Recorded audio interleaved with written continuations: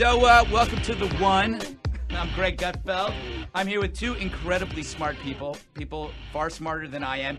Nimesh Patel, he's a comedian. Did I do that correctly? You did. Thank Almost. You. I had to write it with an extra E. It works out. So I didn't screw it out. Nimesh is a comedian, lives in Brooklyn. He's written for the Oscars, and he's writing for the upcoming White House Correspondents' Dinner, which I am very excited to talk about with him. And also, he's going to be at the Comedy Cellar, Fat Black Pussycat, 8:30 p.m. May 7th. May 7th. That's in a couple of weeks. Yep. And also we got Sonny Bunch. I've never met Sonny Bunch except once, and I thought he was Will Ron, who is a different person, so I didn't even talk to him. And it was really kind of awkward and weird because I was just staring at you, Sonny, right? And you were staring at me.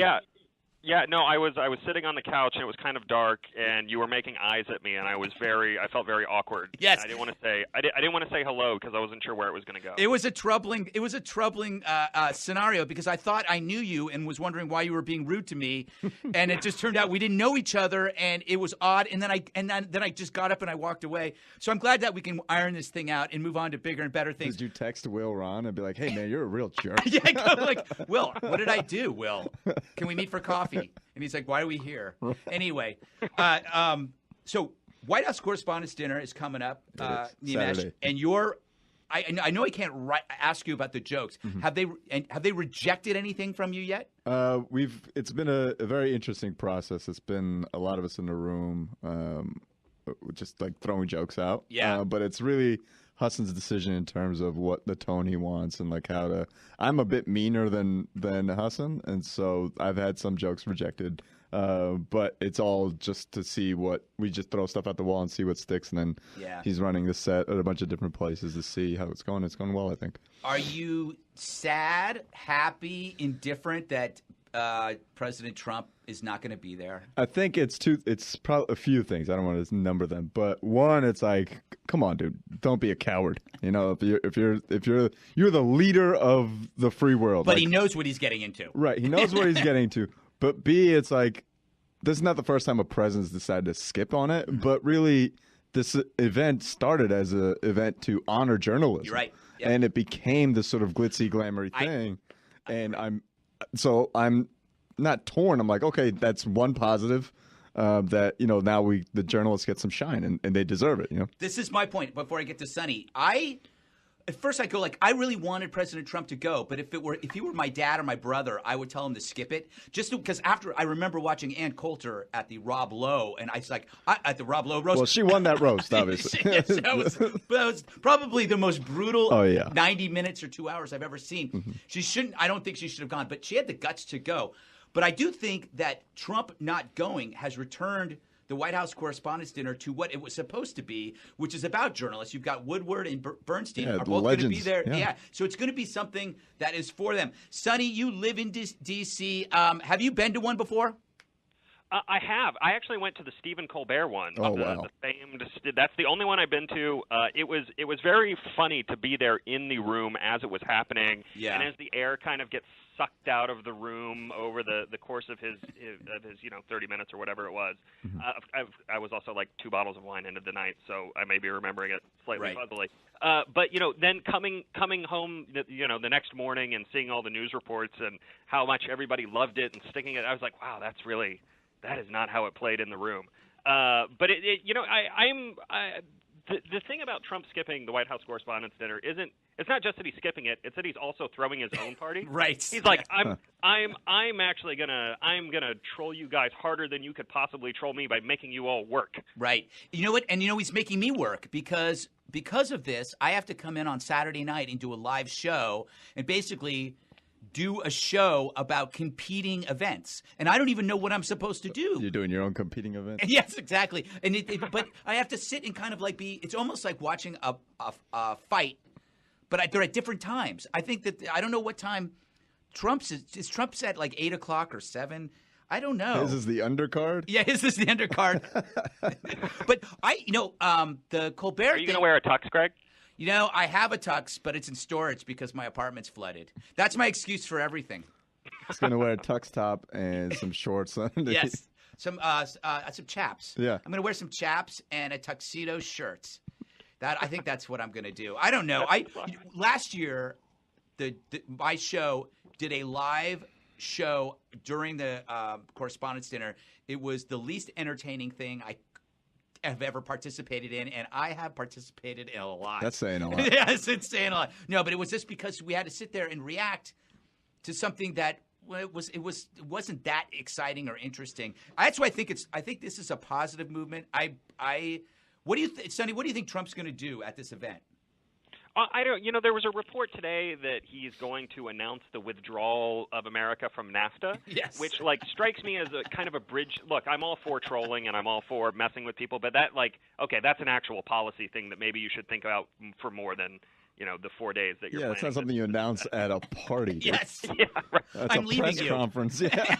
Yeah. It is like breaking up with somebody at a party. Yeah. It's wait till after the party, a quiet place. Some say a small restaurant where you're in public and people don't break down. Maybe that's what he's trying to do. If you do this. Yeah, but that feels like breaking up with someone you know is going to stab you, so you do it in a public place so they don't stab you. Exactly. You know what I mean? It's like, do it when people can actually analyze the decision. Don't make it the last thing you say. Oh, and by the way, we're leaving that. Okay, thanks, guy. Have a good night, guys. Exactly. Some breaking news about the White House Correspondents' Dinner. Chad Lowe is going to be there. I don't know who Chad Lowe is. Oh. Exactly. He's the younger brother of Rob Lowe.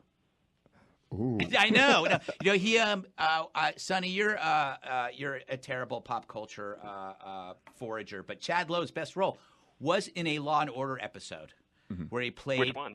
It was did he play like a party monster who killed somebody? I don't. Season 7, episode 14. Exactly. See, that's the guy. That's when there's weird sexual tension between Stabler and Benson. Exactly. And there's 4 twists that you never saw coming. That one, yeah, Yes, I remember that exactly. episode. Yeah, that's a good one. I like Law and Order because the music tells me how to feel. It's like something big's happening because it's got that. It's where they raise the volume. I'll be honest. It hasn't been the same for me since Jerry Orbach left. I need that one-liner to send me into the rest of the show. Yeah, it's like if a guy's dead and his glasses are on the ground, Jerry will say, "I bet he didn't see that coming." Oh yeah. He started as a comedian. Jerry? Yeah. Oh, I could see that. He's a comedian, so for him, that's got to be. Just another line for that check, huh? Yes. He was the best, though. Yeah. And he always looked really cool drinking the small Greek paper cups. Yeah. Like he'd be standing over a body. Just a blue cup, a gray shirt you got from some express offshoot. You know the worst thing about Law and Order is if you live in New York, at least twice a week, you are stuck in a Law and Order taping of, you're walking down the street and there's the catering. Okay, I'll go around.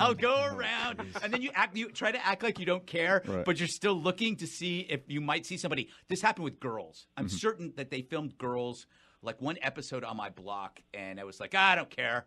But I just stood around for 20 minutes. You're just what are they taping over here? Yeah, exactly. That's what it is. So this is the DC version of this is way lamer because we just see the presidential motorcade go by and we have to stand there at the corner like a bunch of idiots waiting for the police to let us across the street. Oh, we know what that's about since our president seems to play. This is his third home over here, right? It is. It's crazy. They got to do something about. I don't know if it's possible. I read that there are 50,000 fewer cars in New York City over the last 5 years. Yet the traffic is worse because they keep creating these oasis for tourists just to stand around. It drives me crazy. And then you have Trump up around there is impossible. It's just it's nuts. But you know what? America doesn't care about our New York problems. We're in a media bubble. Yeah. And that's why Trump won. That's why. Yeah, exactly. Yeah, that's exactly right. I always say that at the end of everything now. Oh, we figured it out. Yeah, exactly. If anybody says anything, that's why Trump won. That's why Trump won. They just kind of stare at me. And they go, oh, well. I don't know. You can say that about anything. Yeah, no, you can. And it's kind of true. No, it is. It works. It's like I haven't been to the dentist in 6 months. That's why Trump won. That's why Trump won. That is why Trump won. Yeah. See, it works. Halitosis. Halitosis. Is that what it is? I didn't, I thought maybe I had a bad tooth, but I guess that creates halitosis. Why are we talking about my breath? Do you want to talk about Berkeley that Coulter canceled? Speaking of Coulter. kind of a transition from 10 minutes ago. So she was supposed to speak at Berkeley, and I guess they announced today. I think they announced that she was supposed to speak tomorrow, but then they canceled it because they feared that they couldn't protect her. What do you make of it? Is this that's why they canceled, because they fear the.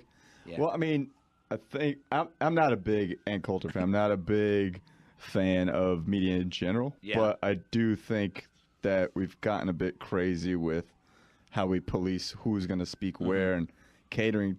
College is supposed to be a place where you're allowed to. You should be forced to listen to opposing viewpoints. It's like, and just don't go to her speech. Yeah, exactly. It's that simple. Or go to it and be like, oh wait, this is why I hate this person. Right. I went through this. I went to Berkeley you weren't born. It was 83, 8 to 87, right? That's how I became essentially a conservative. Was being around the worst kind of liberal. Was like, and it was actually unfair because not every liberal is like that. Right. But because I was shown that was, I would say like you would say Ann Coulter would turn you off to the right. The left at Berkeley will turn you off to liberalism, and then I became a libertarian after being around conservatives. So it all kind of like I just react negatively. Both sides are the same. Yeah, everybody. Yeah, every extreme is the same. Yeah, and it's a litmus. You have to be for everything on that shopping list, or you're a rhino, a squishy, or worse. Sonny, how do you feel about this? I sounded like a radio DJ I when learned everything in life from the television show South Park. Yeah. So, there's an episode where Cartman is trying to get a TV. He's trying to get Family Guy canceled, the classic Fox animated show, Family Guy. And he explains it to Kyle, one of the other characters. It's simple TV economics. All it takes to kill one show forever is to get one episode pulled, right? So here you have a few months back at Berkeley, you have riots over Milo. Speaking of terrible people who nobody should listen to, Milo. They riot, stuff burns, people get angry, and now the threat of that is what has led to Ann Coulter being, disinvited or kept away from campus, whatever. What always frustrates me is when people on the left say, look, well, it's just counter protest, it's just counter speech. Well, no, it's not. It's violence. It's actual violence. You're talking about the incipient threat of fascism, and yet you have people marching around in black masks, smashing windows, and burning stuff. You know what? I have to say what I do find comical about this, and it will no longer be funny when there's actual death, but the way these sides dress up. It's almost like historical reenactments of the protests of the 60s. Like there are people that show up and they have like their mom's gardening gloves on, and they have a bike helmet, and they're holding like a hockey stick. And it's like they said, we're going to a riot, and they went into the closet of shit they don't use. Where did you find bell bottoms? Yes, exactly. Yes. And then they try to cover their face with 3 different things. Right. Just get a ski mask. Or don't wear a mask at all. Exactly. Own your protest. Exactly. No, it's. I think part of the danger is that this is the first time that protests are being opposed by counter protests. That's been a long time for that to happen, and I think that's why Trump won. Yeah, that's. You know what it reminds me? It reminds me of soccer. Reminds me of like hooligans. Before a Millwall game when I lived in London, I just felt so. I went to a couple of Millwall games, and that was like old school. My buddy was a Millwall fan, and that's like the shaved head, tattoo on the inside of the lip kind of fan. Whoa! And they are bad. And there are 60-year-old women whose language would just scare the crap out of you, and they're saying it to you. Like a 7-year-old kid told me to piss off, and I was just standing there. But I do think it's like. It is kind of it's Gavin McInnes said this once, that people like to riot because it's fun, and there isn't. I watched that live feed. People were like getting into it, that's the scary part. It's everyone wants to feel a part of something, and this is one of those things. Protesting is so much easier now. Yeah, because it might be a joke, but it's like we need to bring back the hoses. No, I don't mean that. But all I'm saying is that like protesting is easier now because the consequences aren't the same. There's no like cops will spray those kids, but more or less it's just like, oh, we're gonna get somebody canceled off campus. Like, all right, good for you. Yeah, it's pretty. It's what do you call it? It's a low input, low investment. Right. And when something's, it's just easier to do. And there's a lot. It seems like there's a lot of people with more free time than ever. You know, they need to bring back reruns of Law and Order SVU. That's right. You know, Sonny, when I had free time, I did the American thing. I watched reruns. Yeah. Right. Well, this is all Netflix's fault. I mean, reruns are dead. Can't they just go out and buy a 6-pack and sit at home? And well, when I was in college, it wasn't reruns so much as Zoolander. Yeah. Over and over again, out on DVD. We would just TBS and TNT have saved me so much time. Just like killed so much time for me. You guys are way younger than me because mine was Gilligan's Island.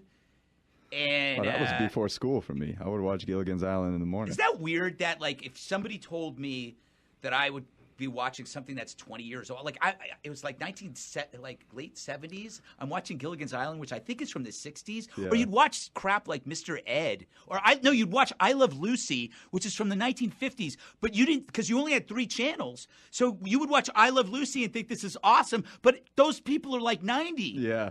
Yeah. I'll say one thing about Gilligan's Island. People it doesn't hold up. Saved by the Bell and stuff. I don't. What, Sonny?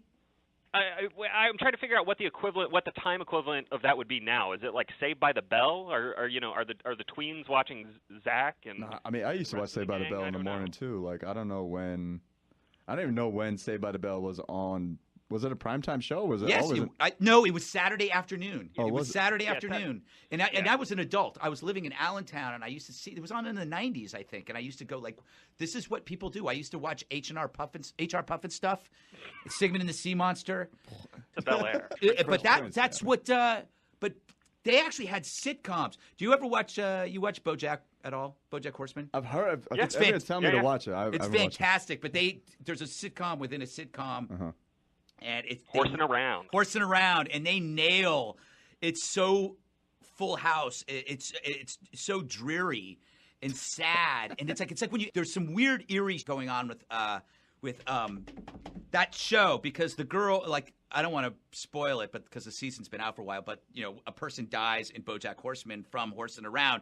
And it's just like you watch it. It's like that show is so – BoJack Horseman is so real. Mm-hmm. It's freaky. I got to watch it. Yeah, and you will know – you will know every one of those people, especially BoJack Horseman, is a guy that you know that's super successful but miserable. Uh-huh. That's who he is. Like Bill O'Reilly. Oh. Come on. You didn't think I wasn't going to try to get one of those. I assume that if you're going to have a comedian on, it's like the White House Correspondents' Dinner. Uh-huh. There are 2 things they go after. They go after the president and then Fox News. Yeah. And I was there. I was at Well, I'll say this. Everyone's getting – Sean. That's what I was wondering. Do you guys? Is there like you're going to do? I'm assuming you're going to hit the president. You're probably going to hit Fox News. Do you go after it? Do you go after MSNBC Rachel or Hillary? There's never been a more prescient time to talk about everyone's faults. Yeah. Everyone's fucked up. Yeah, I agree. Sorry, everyone has messed up. No, I agree. We can bleep. Okay. No, I think if there, and I know I'm going to end on this. Lay off Chad Lowe. Yeah, lay off Chad. Last word to you, I know because I got to roll, but I know that this is going to sound stupid, but I think that Trump inadvertently freed us from the prison of 2 ideas because there's so many people on the right that didn't like him and so many dissatisfied people that were for Bernie that kind of moved to him that everything's kind of mixed up and weirded out. So that you find yourself like I lost because I was so critical of Trump during the campaign that like I lost friends, and then we slowly kind of like everybody's back to normal. But Sonny, do you sense that this polarity is like is kind of been blended into kind of like a shake of chaos? Yeah, well, I mean, I think you definitely have the. Well, I mean, it is kind of shifted from a straight, left-right polarity to more of a. I mean, I hate this because it sounds like a cliche, but like the idea that you have this kind of establishment anti-establishment thing, right? Like there are people who really want to get out of NAFTA, right, and would like welcome this announcement at the Correspondence Dinner, and those people are a lot of Bernie supporters, a lot of Trump supporters. That's what's and Yeah. I'm not a Bernie supporter or a Trump supporter, and I'm like kind of horrified by the idea. So. I liked NAFTA, but then I think, okay, am I missing something about it? What's wrong with NAFTA? I thought like getting it's a free trade. It helps people, but I guess I'm wrong. This is my to address the polarized. I think we're more polarized than ever. Mm-hmm. I think it's just like people are so stuck to their side of an argument now. And you could find anything to support your side of an argument. Yeah, that's true. So it's just like, okay, this is who I am, and now this is what I'm going to stick to. And people are a lot less inclined to like to be wrong. Yeah. And B, what was the second point you just made about NAFTA? Yeah. Let NAFTA fail. Let inflation go through the roof, and then all these poor people that voted for Trump are going to be like, oh, milk is $9? This is the thing, and I've gotten into these conversations about NAFTA, about like, okay, so you're okay with spending more. You have to understand that, like, you can rip on free trade and be for protectionism, but it's going to make everything more expensive. Mm-hmm. And then you're going to be complaining about that. And I've been told by people that it's patriotic to pay more for a product. Could you imagine if a liberal had said that? Right. I would go out like no conservative would go like it's like there were, remember patriotic millionaires, they would say it's your patriotic duty to pay more taxes. I remember ripping them to shreds. Now I have people telling me it's patriotic to pay more for your milk. It's crazy. It's ludicrous. All right. I just want to pay the patriotism surplus on my freedom fries. That's all I want. There you go. Well, Sonny, where can people find you? I am at the Free Beacon, freebeacon.com, and I have a podcast. I'm a co-host of the Weekly Substandard. Check it out on iTunes. Who doesn't have a podcast? I know. You will. Give it time. It'll just sneak up on you. You wake up in the morning, and you'll be going, "What is this?" I started a podcast. And they'll be like, a little table, and you'll sit there and you'll talk to comics or weird people like me. Nimesh, you're going to be again at Comedy Cellar's Fat Black Pussycat, 8:30 p.m. That's May 7th. And you'll be writing. Will you be tweeting while watching? So you can say that's my joke? I won't be because I have my cousin's wedding that week. That's why I'm not going. That's more important. Yes, family first. Family stuff is more important than media crap. I have to tell myself that every day when I come into work. I go, family matters. Ooh, that was a good show. That was a great show. All right, guys. Sitcoms. Thanks, man. Take care. Bye. Thanks for having me on. Thanks, Greg. Bye.